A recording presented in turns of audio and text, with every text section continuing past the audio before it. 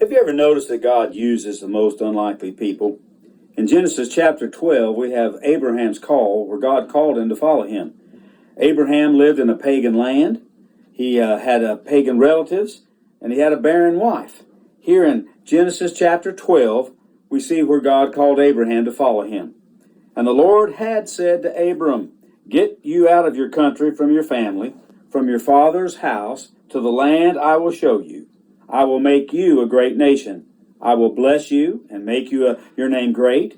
You shall be a blessing, and I'll bless those who bless you, and I will curse him who curses you. And in you all the families of the earth shall be blessed." So Abraham departed as the Lord had spoken to him, and Lot went with him, and Abraham was 75 years old when he departed from Haran. I want you to notice, first of all, about God's call. It was a continuous call. In verse 1, it says, "The Lord had said."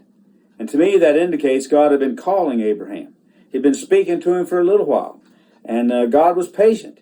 Aren't you thankful that God is patient and he calls on us until we respond? Notice what God called him from. He called him from his country. He called him from his home. He called him from his father's house.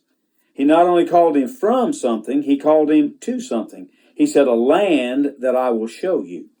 There's 5 blessings God said he would give to Abraham if he had followed him. He said, "I'll make you a great nation." He said, "I will bless you." He said, "I will make your name great." He said, "I'll bless those that bless you, and I will curse him who curses you."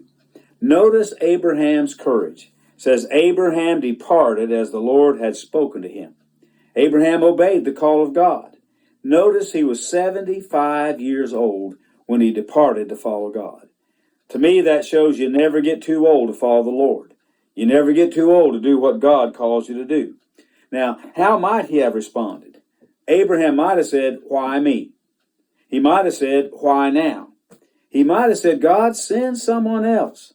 But Abraham didn't do that. When God called him, he obeyed. What's God calling you to do?